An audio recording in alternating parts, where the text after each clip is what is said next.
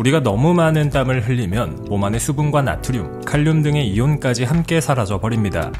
이럴 때는 수분을 섭취해 잃어버린 것들을 보충해줘야 하죠. 특히 이온 음료가 빠른 속도로 수분을 보충해준다고 알려져 있어 사랑받고 있는데요. 이 이온 음료 중에서 가장 유명한 것은 아마도 일본 출신의 포카리 스웨트가 아닐까 합니다. 특유의 푸른색이 상쾌함을 환기시켜주는 이 음료, 처음 탄생한 이래로 30년이 넘는 시간 동안 사랑받아오고 있죠. 과연 포카리 스웨트의 숨은 역사와 재미있는 사실들은 무엇이 있을까요? 1980년 아키히코 오츠카가 운영하는 일본의 오츠카 제약은 당시 사람들의 시선에서 조금 이상한 음료를 내놓습니다. 바로 수분을 보충해줄 수 있는 음료 포카리 스웨트였죠. 오츠카 제약은 생리식염수가 사람의 체액과 비슷하기 때문에 땀으로 손실된 수분 보충에 좋다는 사실에서 착안해 제품을 개발했습니다. 1980년대까지 음료라는 것은 보통 단맛이나 자극적인 맛을 가미해 마시는 것이었습니다. 그런 음료는 마시고 나면 갈증이 생겼는데 포카리 스웨트는 바로 이 점에서 착안해 제품을 만들었죠. 당시 일본에서 발표된 연구 결과도 포카리 스웨트의 탄생에 큰 역할을 했는데요. 바로 땀에는 나트륨과 칼륨처럼 이온이 포함된 수분이 들어있는데 우리 몸이 이때 잃은 것과 비슷한 성질의 수분을 필요로 한다는 것이었습니다. 오츠카 제약은 포카리 스웨트를 만들기 위해 자사가 생산하는 주사용 생리식염수를 기초로 이온의 농도를 세밀하게 조절하여 제품을 개발하기 시작했습니다. 하지만 여러 문제가 있었습니다. 특히 제품을 먹기 좋게 조절하는 일이 난관이었죠. 오츠카 제약은 이온의 쓴맛을 줄이기 위해 소량의 자몽과즙을 첨가해 포카리 스웨트 고유의 맛을 만드는 데 성공합니다. 포카리에 자몽이 들어갈 줄은 몰랐네요. 포카리 스웨트라는 이름이 도대체 무슨 뜻인지 감이 잡히시는 분? 스웨트야 땀이라는 뜻인데 앞에 포카리는 도저히 무슨 말인지 모르는 분들 많을 겁니다. 사실 포카리라는 단어는 아무 의미가 없습니다. 일본어로 밝은 느낌을 주기 때문에 그냥 아무거나 갖다 붙인 것이죠. 이름 짓기 참 쉽네요. 일본의 교토부리백과대학에서 진행된 연구에 따르면 우리의 몸은 포카리 스웨트를 물보다 2.2배 빠르게 흡수한다고 합니다. 그래서 몸에서 수분이 빠져나갔을 때 포카리를 먹어주면 된다고 제조사 측에서는 주장하고 있죠. 하지만 실질적으로는 물이나 이온 음료나 별 차이 없다는 연구 결과도 있으니 하나의 마케팅 수단 정도로 생각하셔도 무방할 듯 합니다. 이 포카리 스웨트가 처음 국내에 들어오게 된 것은 바로 1987년이었습니다. 동아제약의 강신호 명예회장이 기술 제휴를 통해 국내에 들여온 것이죠. 1980년대 중반에 일본 출장에서 포카리 스웨트를 접한 강 회장은 국내에서도 성공할 것이라는 확신으로 이 제품의 생산 기술 도입을 결정했습니다. 그렇게 오츠카 제약과 반반씩 지분을 나눠 동아오츠카라는 회사가 만들어졌고 현재에도 이 회사가 계속 국내에서 포카리 스웨트를 만들고 있죠.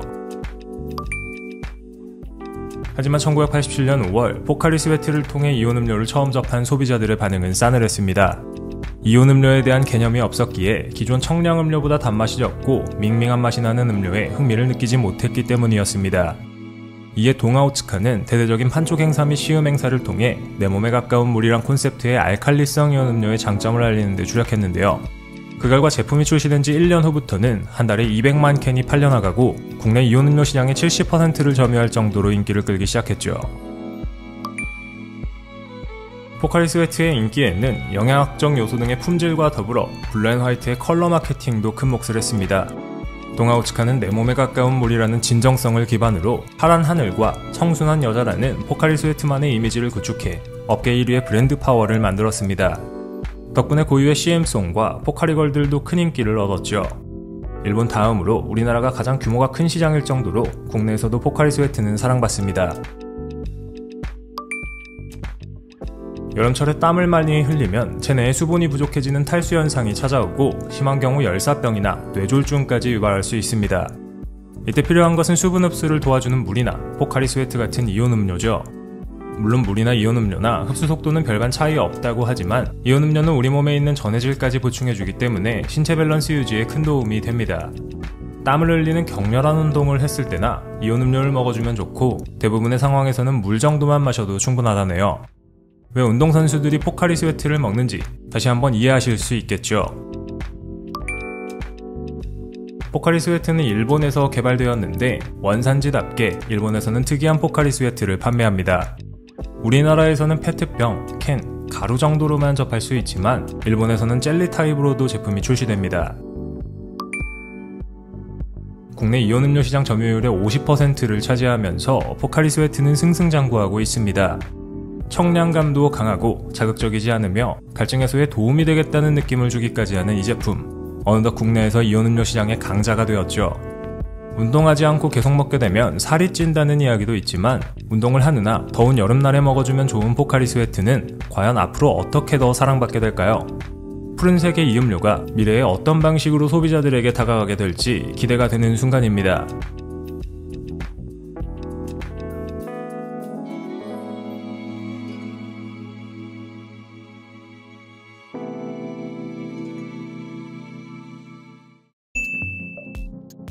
코카콜라와 펩시의 콜라 전쟁은 우리에게 매우 잘 알려져 있습니다. 지금까지 코카콜라와 펩시는 계속 콜라 1인자 자리를 놓고 경쟁해왔죠. 아니, 펩시가 일방적으로 덤볐다고 해도 될 수준입니다. 그 결과 코카콜라는 콜라 시장에서 1위 자리를 놓치지 않고 계속 유지해왔죠. 하지만 다른 식음료 분야에서는 펩시가 이기고 있습니다. 대표적인 예가 스포츠 음료인 게토레이죠. 코카콜라에서 내놓는 파워에이드는 게토레이에게 승부가 되지 않습니다. 2020년 기준 게토레이가 미국 시장 72.1%의 점유율을 파워에이드가 16.1%를 차지하고 있으니 말입니다. 과연 파워에이드는 왜 스포츠 음료계의 콩진호가 된 것일까요? 파워에이드는 게토레이보다 한참 늦은 1988년 처음 탄생했습니다. 당연히 애초 등장했을 때부터 펩시코의 게토레이를 따라잡기 위해 내놓은 제품이었죠. 등장과 동시에 88 서울올림픽의 공식 음료가 되면서 화려한 출발을 했지만 정작 소비자들의 반응은 그닥 좋지 않았습니다. 그도 그럴 것이 게토레이와 맛과 색상에서 별 차이가 없었기 때문이죠. 사람들은 당연히 인지도가 높은 게토레이를 선택했고 결국 초창기에 파워에이드는 초라한 대접을 받아야만 했습니다. 파워에이드는 경쟁 제품인 게토레이와 차별을 두기 위해 파란색을 선택합니다. 또 다른 경쟁 제품이라고 할 수 있는 포카리 스웨트보다 훨씬 더 먼저 파란색을 도입했죠. 청량감과 시원함이라는 컨셉에 파란색만큼 잘 어울리는 컬러가 없었기 때문입니다. 코카콜라 컴퍼니는 이 제품에 마운틴 블라스트라는 이름을 붙여주었고 덕분에 파워에이드의 인기는 조금씩 상승하기 시작합니다. 파워에이드 마운틴 블라스트의 푸른색은 머지않아 파워에이드를 대표하는 색상이 되었습니다. 하지만 이 특유의 색상 때문에 식욕을 잃는 사람도 있었죠. 그래서 파워에이드는 노란색 음료를 내놓으며 반전을 노렸습니다. 이 레몬 익스플로전이라는 음료가 성공하자 코카콜라 컴퍼니는 이후 다양한 색깔의 파워에이드를 내놓기 시작했죠. 그런데 1990년대가 끝나갈 즈음 새로 출시된 맛들 중에서 발암물질이 검출되는 사태가 발생해 파워에이드의 시장 점유율이 급격히 쇠락하기 시작합니다. 이것을 계기로 다양했던 맛은 금세 단순해져 초창기에 레몬 익스플로전과 아쿠아 블라스트 그리고 마운틴 블라스트만이 남았죠. 이 중 마운틴 블라스트를 제외한 두 가지 맛은 이름을 바꾸며 현재까지 계속 생산되고 있는 중입니다. 개명까지 해야 했을 정도라니 슬픈 이야기네요. 결국 이런저런 문제 때문에 파워에이드는 게토레이를 따라잡을 수는 없었습니다. 선두주자였던 게토레이를 따라잡는 건 그렇게 쉬운 일은 아니었죠. 하지만 환상의 똥꼬쇼라도 하지 않으면 파워에이드는 영영 빛을 못 볼 판이었습니다. 그래서 2001년부터는 아예 제조 레시피를 바꿔 새로운 제품을 만듭니다. 그 덕분에 게토레이보다 칼로리가 낮고 비타민이 더 많은 음료가 탄생했죠. 하지만 그런 건 아랑곳하지 않고 여전히 소비자들은 게토레이를 더 많이 먹습니다. 무슨 짓을 해도 우리가 연애를 못하는 이유랑 비슷하지 않을까요? 파워에이드 하면 여러분은 뭐가 생각나시나요? 저는 특유의 병 모양이 떠오릅니다. 그립보틀이라고 불리는 이 병은 라벨 밑부분이 오목하게 되어 있는데 운동할 때 잡고 마시기 편하게 이렇게 만들었죠. 특유의 병 모양 덕분에 확실한 아이덴티티를 갖긴 했지만 역시 게토레이는 못 이기고 있는 중입니다. 게토레이에게 밀리고 있음에도 불구하고 파워에이드는 현재 월드컵과 올림픽의 공식 스포츠 음료입니다. 코카콜라 컴퍼니가 두 대회를 모두 공식 후원하고 있기 때문이죠. 역시 백이 있으면 뭐라도 해볼 수 있다는 건 망고불변의 진리입니다. 포카리 스웨트가 가장 인기가 많은 곳은 일본과 한국 같은 아시아권입니다. 파워에이드는 그 반대입니다. 유럽과 북미 지역에서는 매우 인기가 많지만 정작 일본과 우리나라에서는 큰 인기를 끌지 못하고 있죠. 우리나라야 다른 제품들이 더 인기가 많고 일본에서는 코카콜라 컴퍼니에서 출시하는 아쿠아리우스라는 음료가 파워에이드보다 훨씬 더 인기가 많습니다. 한마디로 팀킬인 셈이죠. 인터넷에서 파워에이드로 숙취를 예방하는 방법을 볼 수 있습니다. 숙취 해소의 관건은 결국 수분과 당분인데 음주 후 파워에이드를 마시면 당연히 어느 정도 도움은 됩니다. 물론 게토레이나 포카리 스웨트 같은 음료도 도움이 되지만 사실 파워에이드에 특히 많이 함유된 비타민 B가 알코올 분해에 도움이 되기 때문에 조금 더 효과가 있죠. 우리에게 파워에이드는 스포츠 음료로만 알려져 있지만 파워에이드 종류 중에는 몬스터나 레드불처럼 타우린이 들어가던 제품도 있었습니다. 그리고 탄산이 들어간 파워에이드도 있습니다. 먹을 거 가지고 장난치면 혼나는데 말이죠. 여전히 파워에이드는 스포츠 음료 시장의 2인자로 남아있습니다. 마치 펩시가 코카콜라를 이기지 못하는 것처럼 파워에이드가 게토레이를 이길 수 있는 방법은 그닥 많지 않아 보입니다. 다른 스포츠 음료와 비교해보면 들어있는 성분이 차이가 나고 더 저칼로리라는 점은 매력적으로 다가오지만 여전히 소비자들은 다른 음료를 더 많이 찾습니다. 과연 파워에이드가 콩라인을 탈출할 가능성은 있는 것일까요? 그날이 오기를 한번 기대해보겠습니다.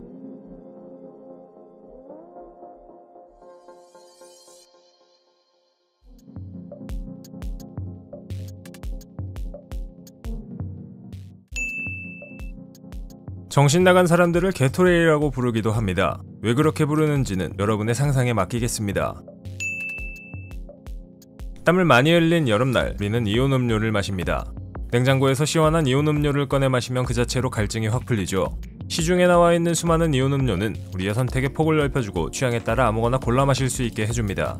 그런데 이 수많은 이온 음료 중에서 가장 먼저 탄생한 제품이 뭔지 알고 계시나요? 바로 펩시코의 스포츠 음료 게토레이입니다. 이 음료가 세계 최초 스포츠 드링크였다니 놀라실 만한 분들 많으시겠네요. 그뿐만이 아니라 게토레이는 재미있는 역사와 우리가 몰랐던 비밀들을 더 숨기고 있죠. 과연 어떤 것일까요? 게토레이는 미식축구 덕분에 탄생했습니다. 이게 무슨 소리냐고요? 게토레이는 플로리다 대학교 의료진인 로버트 케이드와 해리 제임스 프리, 다나셔스가 1965년 학교 미식축구팀을 위해 만든 음료수입니다. 당시 플로리다 대학교 풋볼팀 게이터스의 미식축구 선수들은 혹독한 훈련과 경기로 고생 중이었죠. 선수들은 열사병을 앓거나 심각한 체중 감소로 체력이 현저하게 떨어진 상태였습니다. 그래서 감독은 학교 의과대의 부교수였던 로버트 케이드 박사를 찾아가 고민을 털어놨는데, 케이드 박사와 동료 의사들은 선수들이 땀을 흘리는 손실을 대체하고 활력을 불어넣어줄 음료를 개발하기로 결심했고, 이렇게 탄생한 게 게토레이입니다. 1965년 게토레이를 처음 개발할 당시 들었던 비용은 미국 돈으로 43달러, 현재 가치로 환산하면 325달러 정도 됩니다. 500ml 정도의 이 정도 돈이 들어가면 거의 마법의 물약 혹은 순금 넣은 음료수 수준인데, 당시에는 개의치 않고 선수들의 건강을 위해 그냥 만들었답니다. 탄생한 게 미식축구 때문이라서일까요? 현재 게토레이는 미국 미식축구 프로리그인 NFL의 모든 팀을 스폰서하고 있는 유일한 회사입니다. 지금이야 먹을만 하지만 처음 게토레이는 그닥 맛이 좋지 않았던 모양입니다. 로버트와 동료들이 시제품을 만들었을 때 이걸 먹어본 마루타들은 계속 토할 정도로 맛이 없었습니다. 증언에 같으면 쓰레기 같은 맛이었다고 하는데, 어쨌거나 몸에 좋은 거니까 먹긴 먹었다고 하네요. 로버트의 아내 메리가 레몬 주스를 넣으면 맛이 좀 괜찮아질 것이라고 조언한 덕택에 그나마 지금의 맛을 갖게 되었습니다. 한때는 괴랄한 맛이던 이 음료수가 사람을 살린 적도 있습니다. 아시다시피 이온 음료는 탈수 증상이 있을 때 빠르게 수분을 보충해주는데, 당시 더운 날씨에 신생아들도 탈수 증상을 보이는 경우가 종종 있었던 것이죠. 아이들에게 게토레이를 먹이자 다행히도 탈수 증상 때문에 목숨을 잃는 경우는 사라졌다고 합니다. NFL에서 우승하는 팀의 선수들은 게토레이를 감독이나 코치에게 통째로 뿌립니다. 이를 게토레이 샤워라고 하는데, 1985년부터 시작된 나름 유서 깊은 전통이죠. 근데 저거 몸으로 맞으면 끈적거려서 별로일 텐데 말입니다. 이후 게토레이는 다른 스포츠 분야에서도 활발하게 활동하기 시작하는데, 그 시작은 바로 농구 천재 마이클 조던이었습니다. 원래 코카콜라의 스폰서를 받고 있던 조던에게 광고 계약이 끝나자마자 게토레이가 접근해 계약을 따는 것이죠. NBA를 은퇴했음에도 계약은 계속되었고, 덕분에 게토레이의 인지도와 매출은 폭발적으로 증가했습니다. 하여간 누가 천재 아니랄까봐 손대면 안 터지는 게 없네요. 이쯤 되니 펩시도, 코카콜라도, 그리고 심지어 워렌 버핏도 게토레이에 눈독을 들이기 시작했습니다. 그도 그럴 것이 어느덧 게토레이가 미국 스포츠 음료 시장의 83%를 차지하게 되었기 때문이었죠. 게토레이가 황금알을 낳는 거위라는 건 누구나 인지했을 정도입니다. 워렌 버핏은 게토레이를 사들이지 못한 것을 엄청나게 후회한다고 밝히기도 했죠.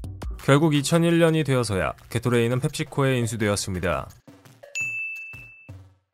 그러나 이런 게토레이에게도 위기의 순간은 있었는데요. 2008년 불황으로 인해 매출이 줄고, 여기에 경쟁사 코카콜라의 파워에이드가 시장 점유율을 높이기 시작했을 때부터였습니다. 펩시코는 위기를 극복하기 위해 가격과 로고, 포장 디자인까지 모든 것을 바꿨죠. 하지만 이런 것들은 소비자가 원하는 것이 아니었기 때문에 매출을 회복하진 못했습니다. 산으로 가야 되는데 바다로 가는 거나 마찬가지였던 셈이죠. 게토레이는 결국 다른 방법을 택할 수밖에 없었습니다.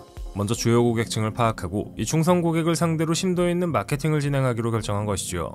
게토레이를 먹는 건 크게 두 부류였는데, 하나는 승부욕 강한 10대 운동선수들이고 나머지 하나는 마라톤이나 철인 3종 경기와 같은 종목에 나이가 있는 선수들이었습니다. 게토레이는 이 두 고객층을 모두 포함하는 전문 운동선수들을 겨냥했습니다. 또한 선수들이 필요로 하는 모든 연료를 제공할 수 있도록 젤리와 에너지바, 쉐이크 등 다양한 제품들을 만들었죠. 그리고 유통 채널을 바꿔 편의점이나 마트가 아닌 전문 운동선수들이 주로 물건을 구매하는 곳에서 게토레이를 판매하기 시작합니다. 이렇게 한 결과는 대성공이었고 게토레이는 다시 승자의 자리에 앉게 되었습니다. 2024년 현재에도 게토레이는 매일같이 수많은 경쟁 제품이 쏟아지는 시장에서 가장 많이 팔리는 1등 스포츠 음료의 명성을 유지하고 있습니다. 게토레이가 스포츠 음료 전쟁에서 승리한 이유는 브랜드 핵심 가치를 파악하고 충성 고객을 잡았기 때문입니다. 앞으로 게토레이는 어떤 제품들을 선보이며 우리를 놀라게 할까요? 1등 스포츠 음료의 행보가 기대됩니다.